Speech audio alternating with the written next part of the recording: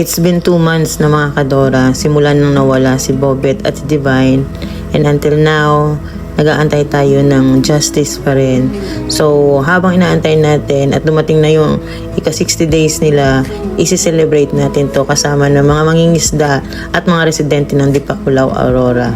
So, sana makamit nila yung justice at ng pamilya nila. At sana kung saan man sila ngayon, sana masaya sila at tulungan nilang pamilya nila na makamit ang tamang hustisya para sa kanila. Hello guys! So, welcome to my vlog. Okay, so we were going to celebrate my birthday as well as celebrate din natin yung 2 months na nila Rene at Divine doon sa beach sa Dipakulaw. So, 2 months na nawala sila. Okay. So, we were planning to have na magpapakain tayo sa mga fisherman at kung sino mga tao doon. So, instead of maghahanda tayo, like a typical birthday party, no. So, ang gagawin natin ngayon, magpapakain tayo. So, meron tayong mga tao doon. Nagkipag-coordinate tayo kasi may bagyo. So, umuwi tayo na mas maaga. So, nagpatulong tayo sa kanila para magbigay o mag-assist para magbigay ng mga foods na hinanda natin para sa mga residente doon at saka sa mga fishermen doon na kahit mga bagyo, umaaraw, umuulan, still naghahanap buhay sila. So, samahan nyo kami sa pamimigay. So, but first, don't forget to like, to share, to follow, and to subscribe my YouTube channel. So guys, subscribe nyo naman ako. Okay? So simple click lang yun, walang bayad yun. As well as makakatulong tayo in the long run sa mga taong tinutulungan natin, sa mga outreach program natin. So isa kayo sa makakatulong sa mga ganong bagay. So tara na, samahan niyo si Dora.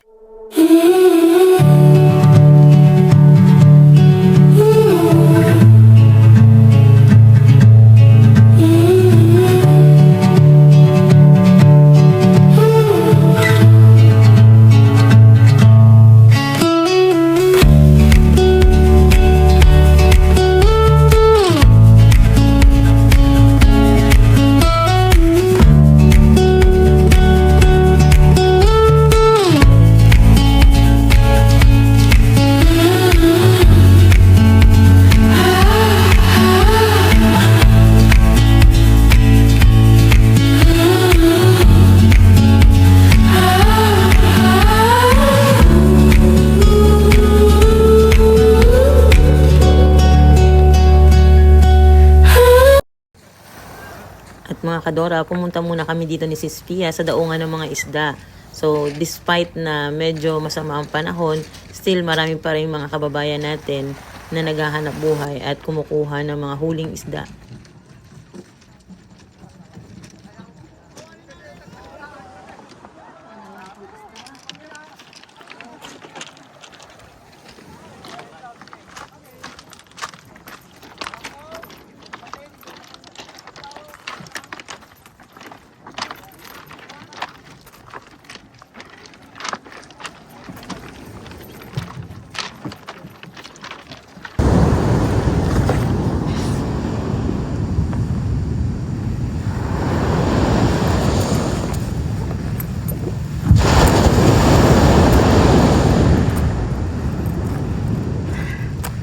Malapit na tayo. So actually, andito kami ngayon kahit may signal number 1, may bagyo na parating. But medyo kalmado pa naman ang lahat-lahat. Dito mga kadora sa Dipakulaw, uso yung bayanihan, yung pukot na tinatawag.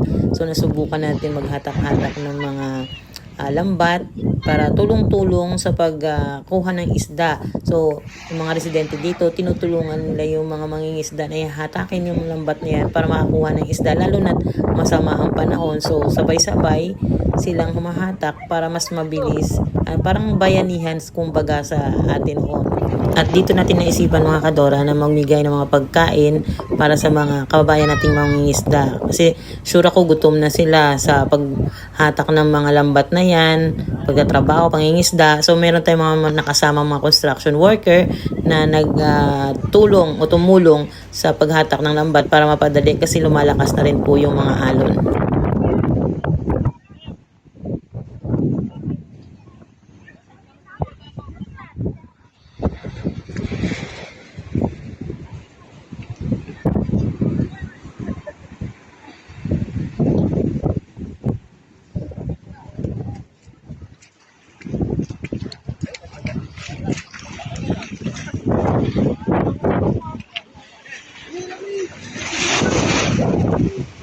bangus.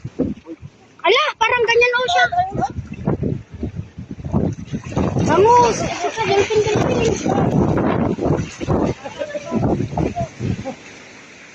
Ang dami.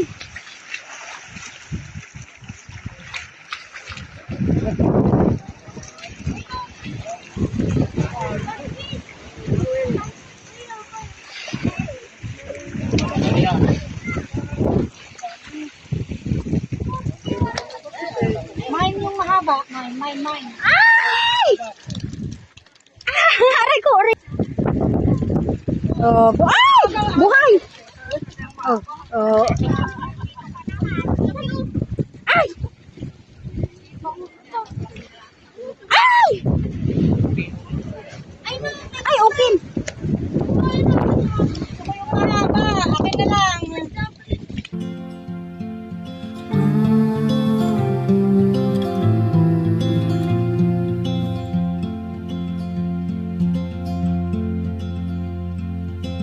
At night I hear the rhythm of the ocean as it breaks on the shore.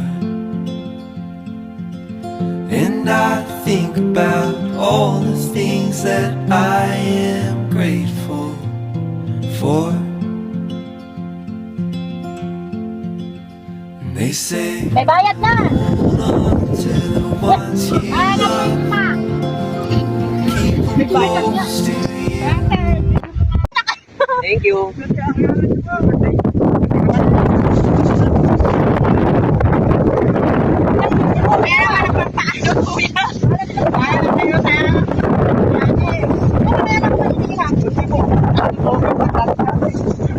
Joke lang. Paano?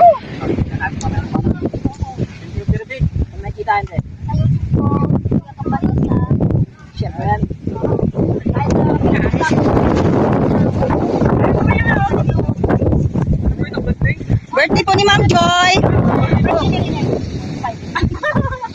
Patuman. Ang pala nila. Titiran mo yung ano ha. Yung mga mangingisda doon oh.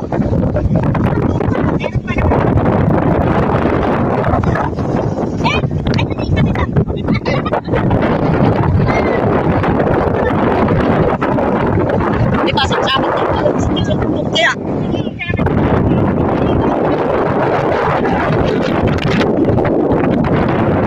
kilala ko pala yan.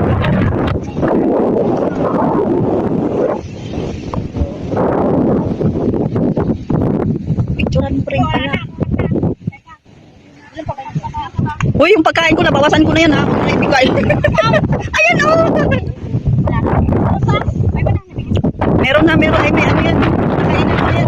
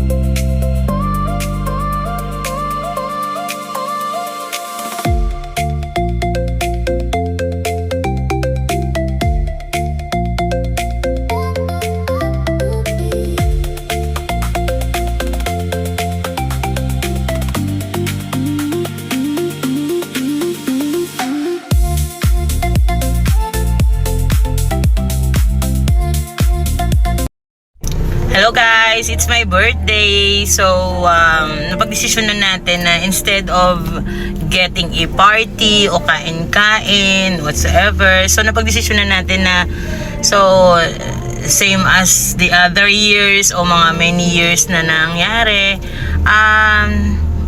nagbibigay tayo sa mga kababayan nating mga in need or wala talaga. And like ngayon, mabaha dito sa amin, so meron tayong mga pagbibigyan. So meron na tayong pinakain ng mga fisherman at saka mga construction workers. So ipapanood ko sa iyo yung video na yon. Then ngayon, meron tayong pupuntahan which is bibigyan natin ng mga yung mga nasa evacuation. So bibigyan sila natin ng mga comfort foods or merienda nila, okay? So ito, ayan. Bumili tayo, as well as ito yung lugar nila. Andito tayo ngayon sa Santa Lucia, dito sa Saragossa. So mamimigay tayo ng konting tulong sa mga kababayan nating nasa evacuation center. So kasi for sure lubog yung bahay nila, and how many days na rin sila dyan? I think 3 to 4 days na rin sila dyan kasi yung ulan, sunod-sunod yung bagyo. So, bigyan natin sila kahit pa paano, konting tulong lang na may pantawid gutom din sila sa malamig na panahon, as well as mas yung iniisip nila yung kabuhayan nila, yung bahay nila, okay? So, bigyan natin sila, okay? Tara na guys!